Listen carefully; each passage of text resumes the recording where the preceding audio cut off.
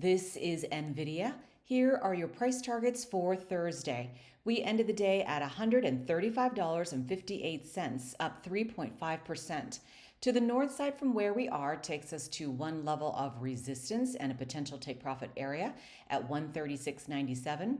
Above that, 137.79. And at 4 standard deviations, roughly 138.70.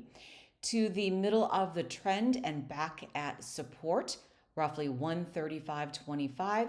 VWAP is the blue line at 134.28. Below that, at -2 standard deviations and another level of support, 133.53, 132.69, and roughly 131.82.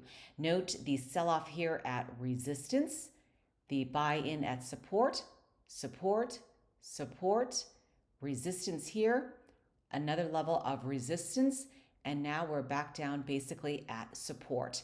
And that is a look at NVIDIA on the 5-minute time frame.